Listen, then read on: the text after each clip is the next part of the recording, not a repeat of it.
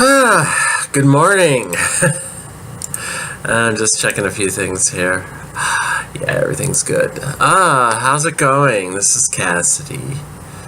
Another Saturday, the last Saturday in January, yes.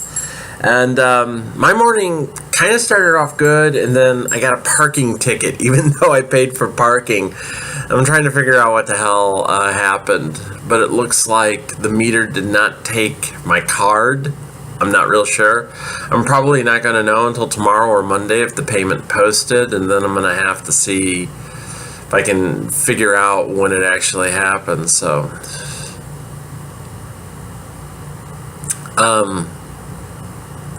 but yeah, I got a parking ticket after paying $3.50 for parking. I got a $30 parking ticket. So, and I think what they usually do is they expect you to pay anyway, but I'm going to see if I can hunt down to prove that there was a charge made at the meter. It's one of those computerized meters, and it took an awful long time to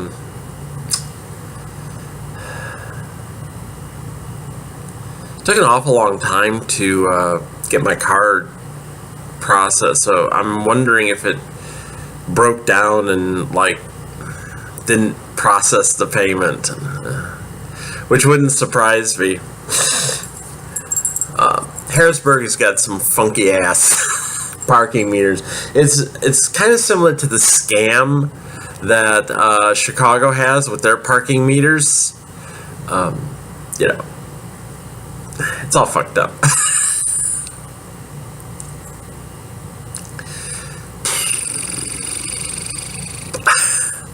This week has not been a good week.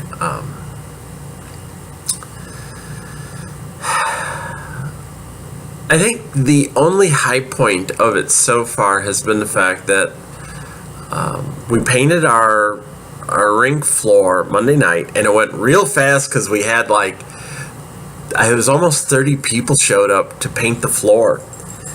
And the time they'd done it before, they only had 5. So it took them all night to tape and paint. This time we had 28 people show. And we actually had more people than we had work. When they started handing out the paint to actually paint the floor, there weren't enough people. There weren't enough paintbrushes and paint to go around. And so we were done in 75 minutes. We had the entire floor painted, the rink, I should say. Well, actually, our track layout, we had that painted. So it was weird, but it was fun. And then Wednesday night was the practice. It was a practice from hell. I had to go over and work with the freshies because I'm still not certified, and everybody else, the OG, they were out doing hitting drills, and I'm like, oh God, I wish I could be with them. And I got severely depressed. And if any of you were reading my wall, those of you who are not only on this blog but also on my wall on Facebook, I was suffering from severe depression, starting when I got home Wednesday night and lasting until probably about 9 o'clock Thursday night. I mean, it was bad. It's some of the worst depression I've had in a while. I just crashed. And the first words out of my mouth Thursday morning were something that basically I was wishing for something that would help bring about death. That's never a good way to start your morning. So seriously, it wasn't. It was bad. I got through it all. I got through it all in the strangest way.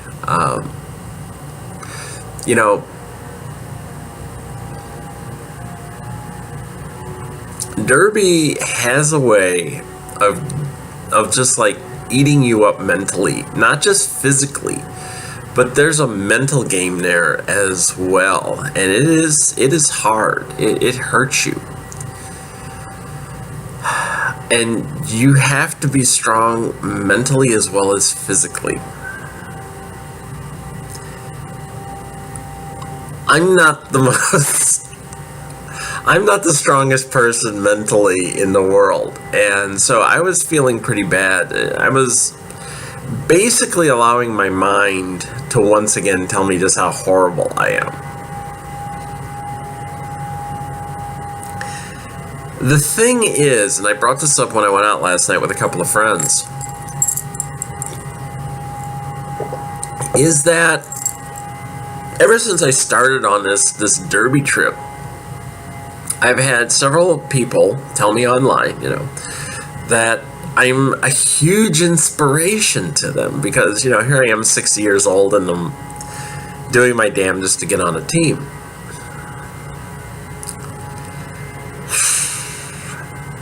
And then I had one of our new women who just joined the team watching me skate and telling me, oh, you're going to be my inspiration because, I see how you're doing it and, hearing what you did when you started out and all this stuff, you're going to be my inspiration.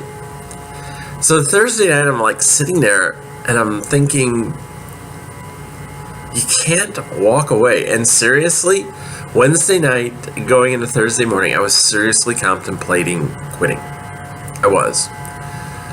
It's been a rough month. I mean, between not having a job, going through the details of a divorce, and not yet being certified when I want to be real bad, it's just, this has been a month from hell.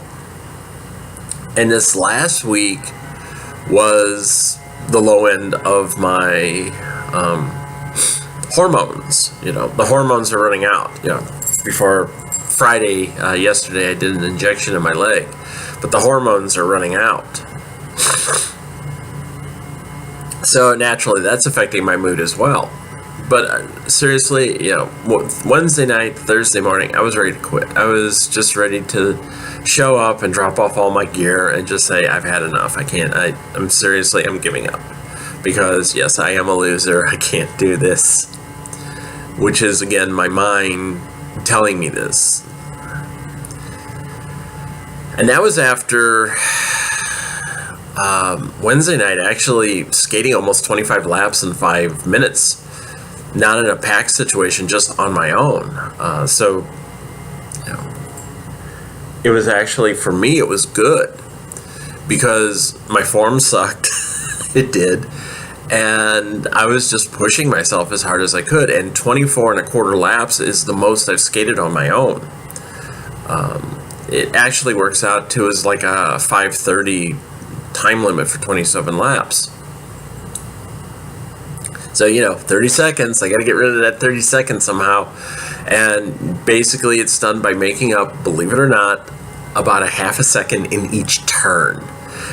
Seriously, you have to be a half a second faster in each turn, and you do that by getting your crossovers down. But I digress. So, you have all these people that are telling you, "Oh, you're such an inspiration," and then you can't walk away. I actually was sitting there Thursday night going, "You can't walk away." Because if you're an inspiration to people and you walk away, what does that say? And I kind of brought this up last night as well. I think women who get put in this position actually have it harder than guys. Because guys will just like, look, I'm beat. I can't do this. I pressed myself as hard as I could and it beat me. So, I just move on. And even if you look at the guy as inspiration, you'll go, well, he tried his best.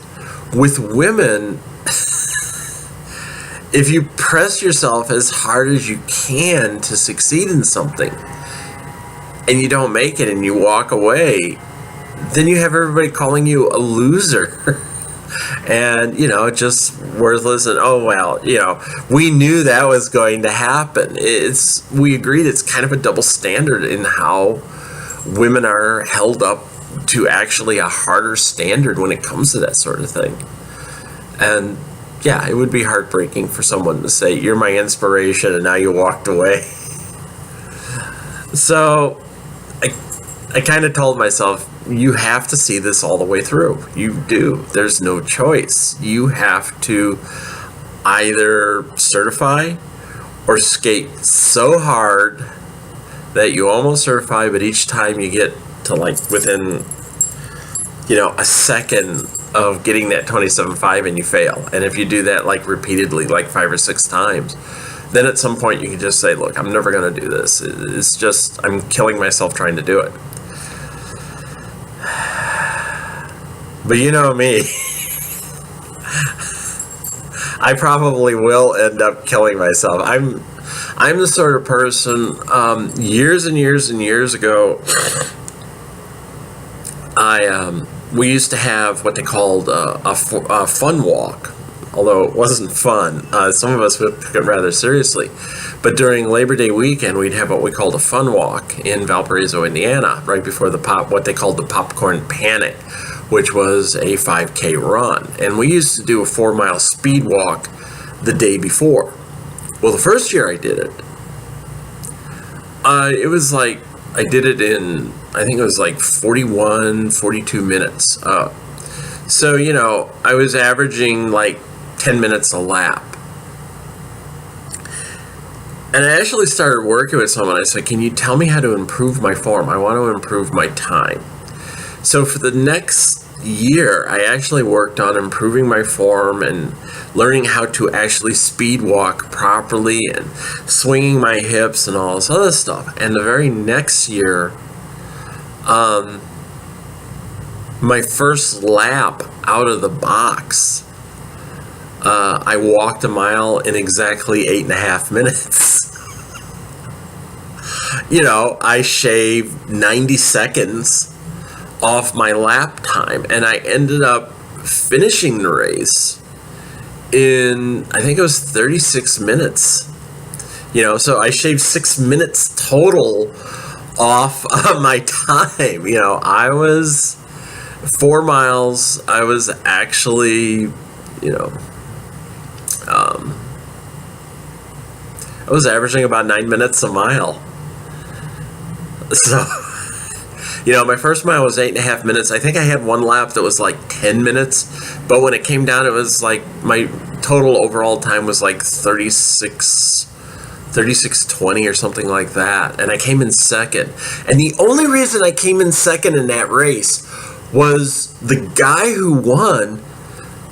People came up later and said, well, he was running on the course, but they didn't come up until after they had awarded all the medals already. And then we were looking at pictures of us crossing the finish line the next day. And there's the picture of this guy crossing the finish line and both feet are off the ground.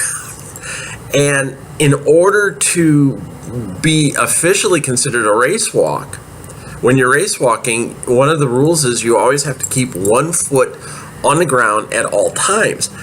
And here he is, he was crossing the finish line and he had both feet off the ground.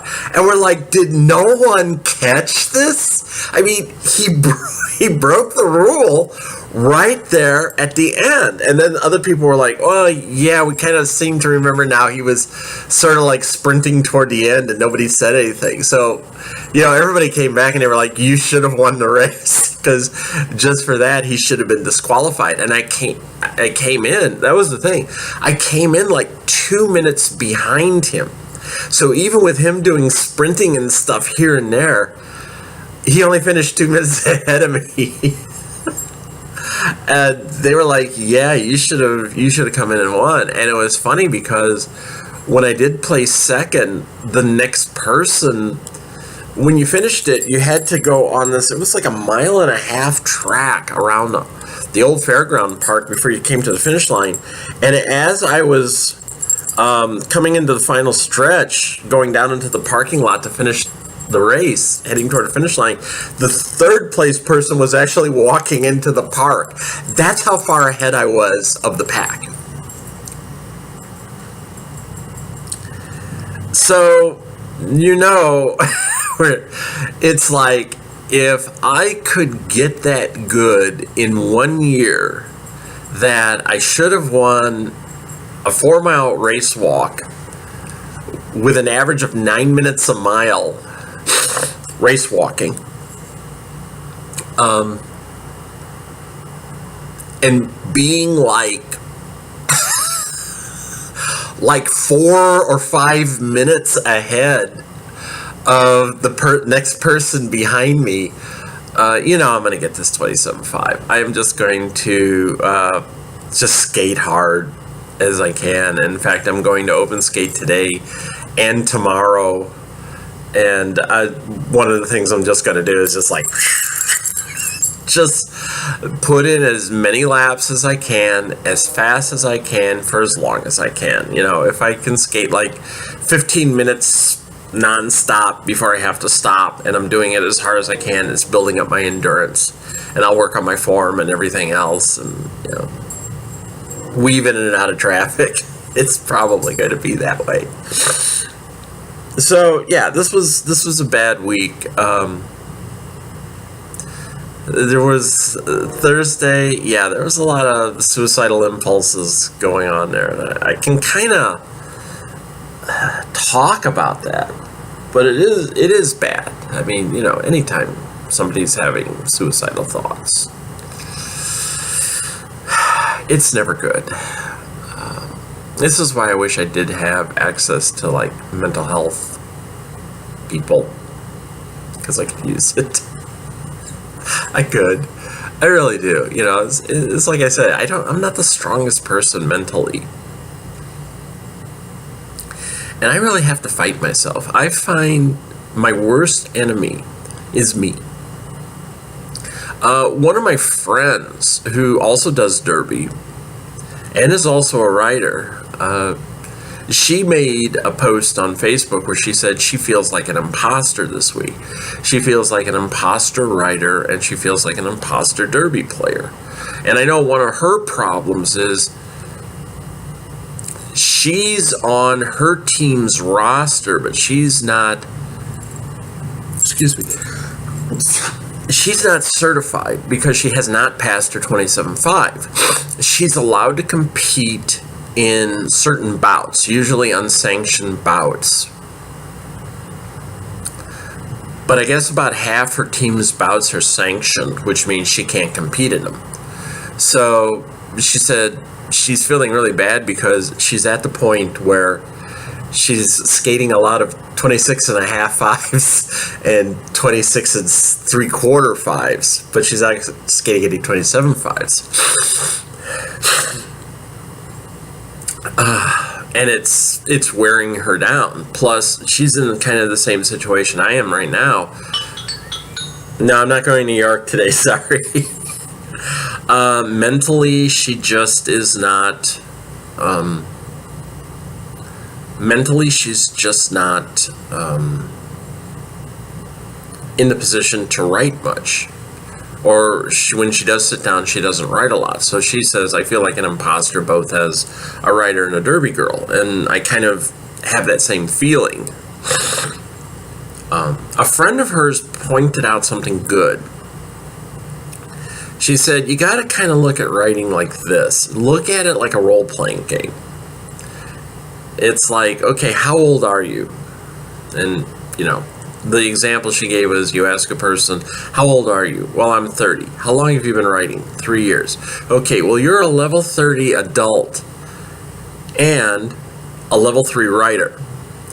So you're a multi-class, you're a multi-class character. And for those of you who know D&D, you know exactly what I'm talking about. I know Sky, when she's watching this video, Sky's going to go, oh yeah, I know what you're talking about, multi-classing. And yeah, so I would be considered like a level 60 adult. Sorry. A level 60 adult and a level 7 writer. Which means you're going to have your ups and downs. You're going to have your periods where you feel like you've burned yourself out and you can't write anymore.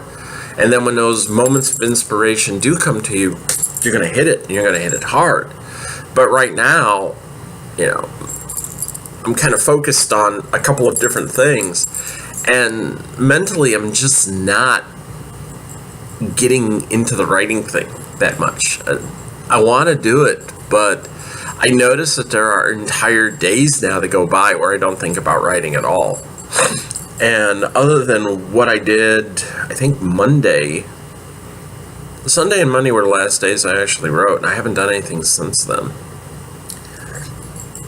And I haven't been able to. And it's just, right now, it's everything in my life, all the stuff that's going on that's producing a hell of a lot of stress. And I guess you could say, to a certain level, hardship. It's just kind of driving me crazy. Literally.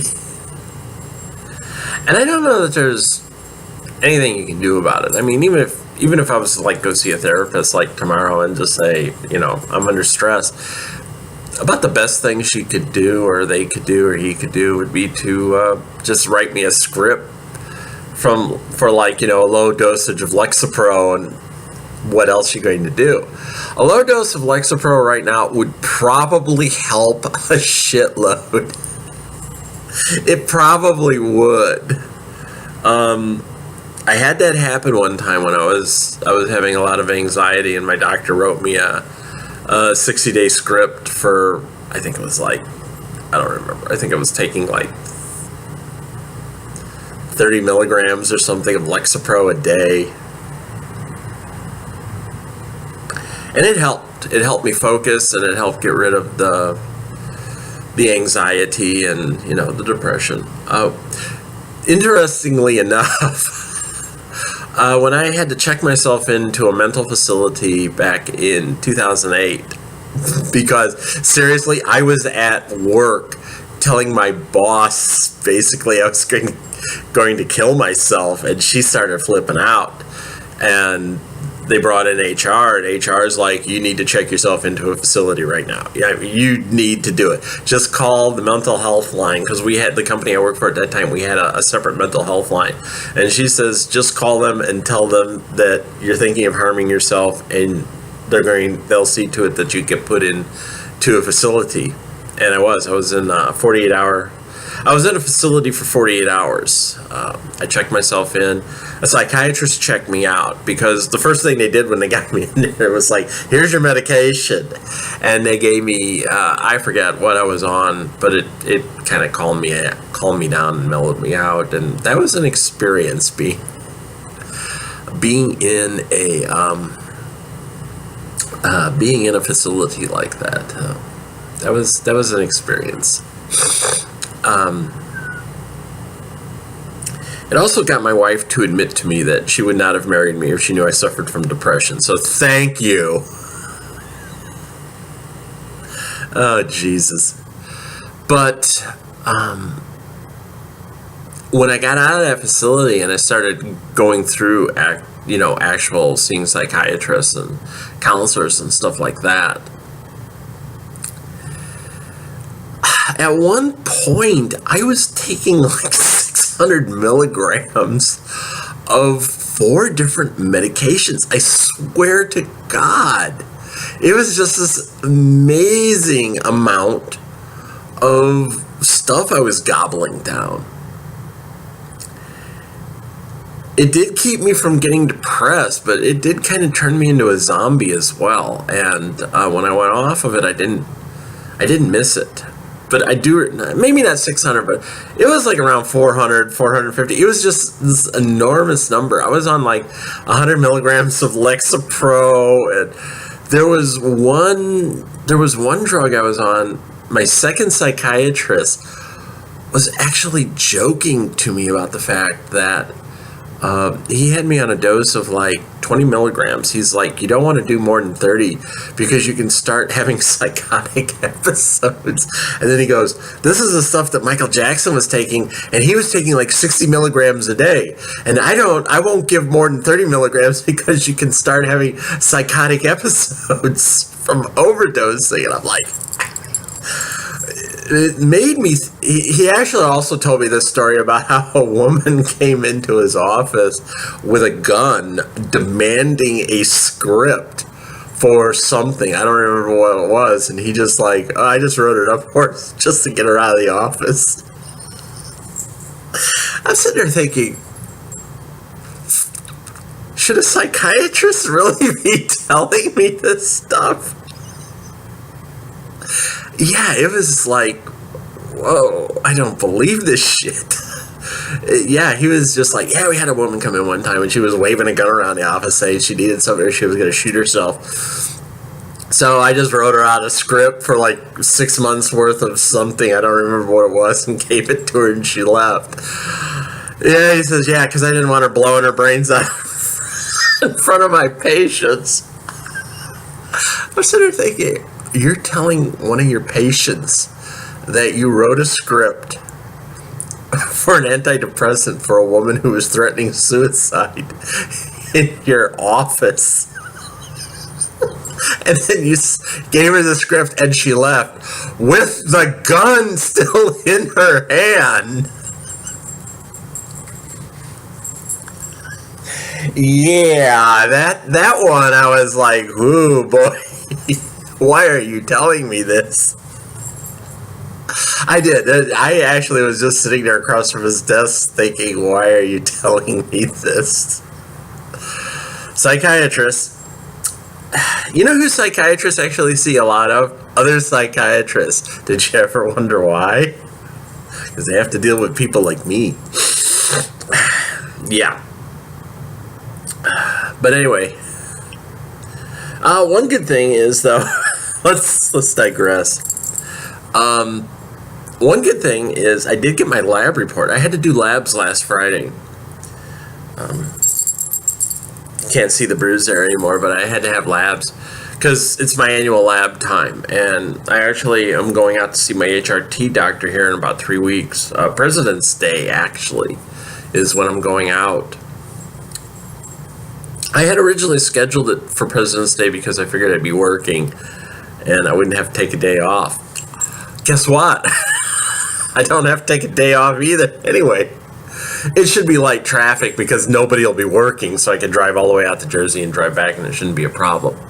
But anyway, I got my lab results back, and I looked at my estradiol count. And estradiol's the main hormone within the mixture we call estrogens. And if you remember, Coraline talked about the mixture that is, there is no such thing as just estrogen. There's progesterone and estradiol. You know, it's like a mixture of 3 different hormones. Well, anyway, my estradiol, yeah. The number is up there, and I take my labs between my shots. So we have like this average baseline.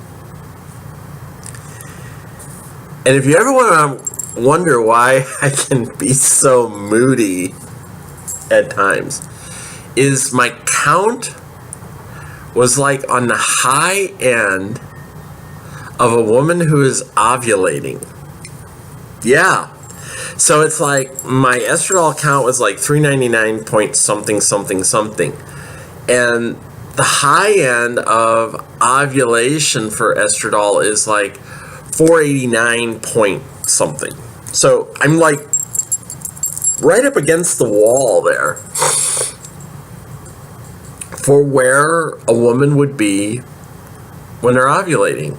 And that's also one of the times when women have been known to get a little crazy now and then. So I remember one time I did labs right before I took my shot, and that number was like halved. It was down, I think my estradiol number was like down around 160. And then I did another one where I took my labs within 48 hours after I took my shot, and the number was like, I think they stated that my estradiol number was so high, I was like in the first trimester of pregnancy. Okay, go figure.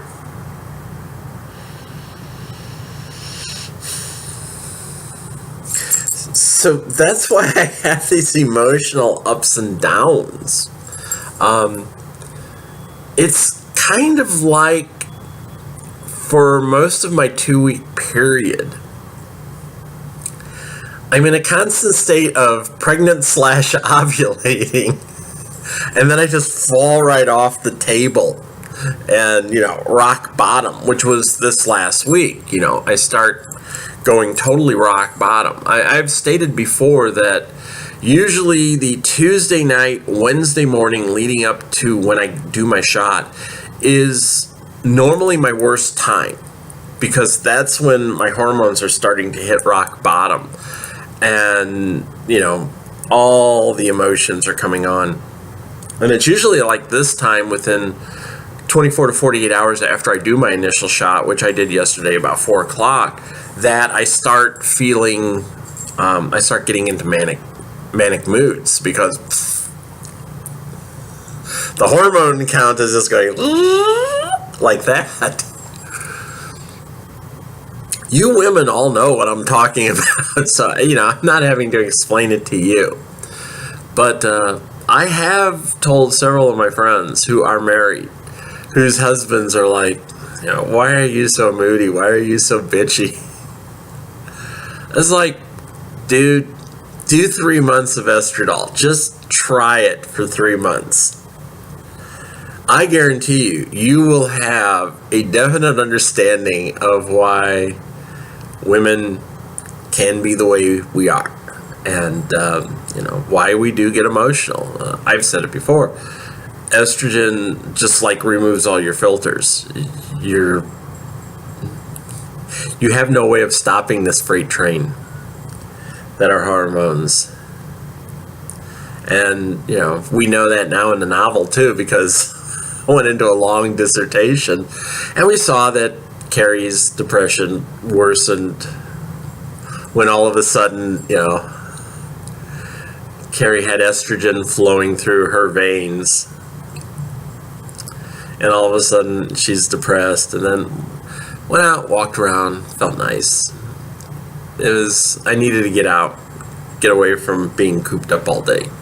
That doesn't always work, however.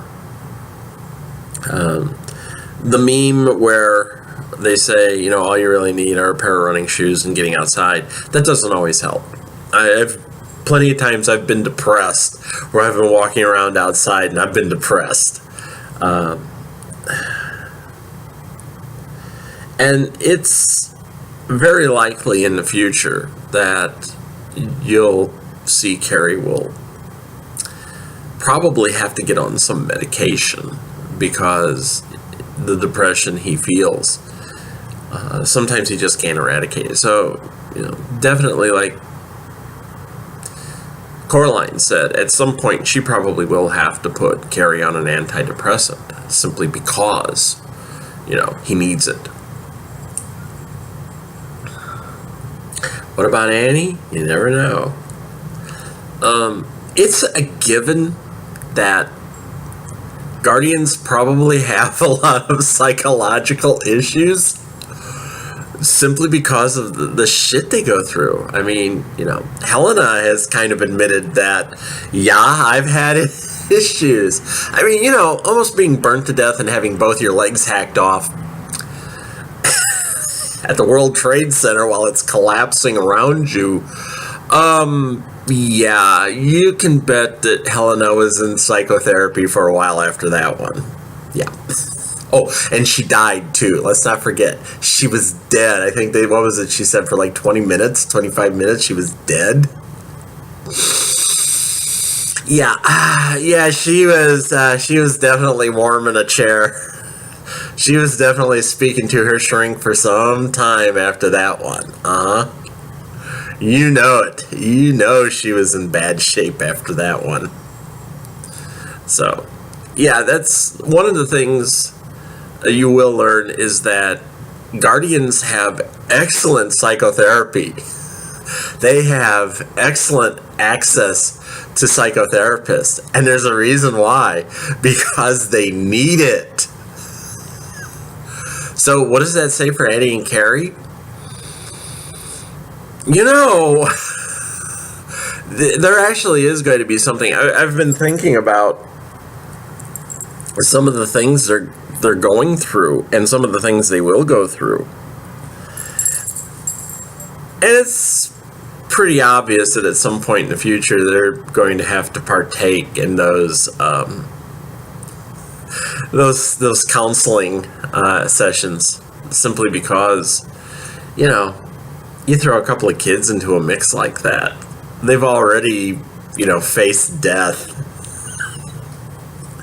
and came out on top, but they were still injured.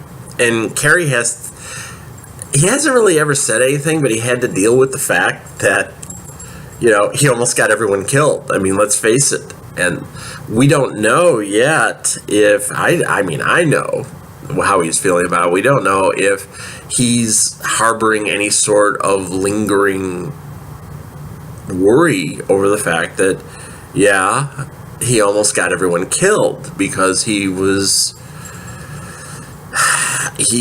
as good at multitasking as he thought he was, and in the process he nearly got everyone killed. Whereas if he had just put everything he had into one big blast and hit the deconstructor with it, he probably would have, you know, killed the deconstructor before it got to him and got to everyone else. But yeah, he nearly got everyone killed. So, you know, there's some lingering guilt there. He seems to be okay, but is he? You'll find out eventually. He's gotten much better.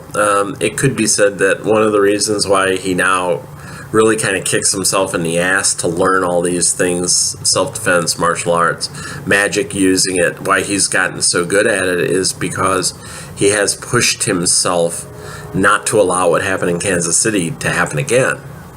So, you know, he's pushed himself out there to prevent that from happening.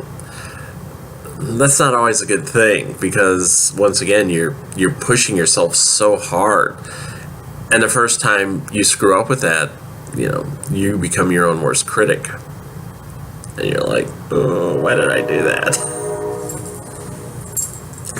It happens. So I think I'll let you go at this point. I've rambled on long enough about Derby and mental health and hormones and a distinct lack of writing.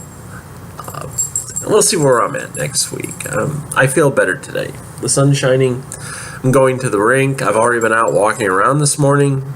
In fact, I think in the post I'll put up the pictures I took this morning when I was out waiting to get into the coffee shop before I got the bogus parking ticket. Thanks, Harrisburg, you assholes. Before I got the bogus parking ticket, and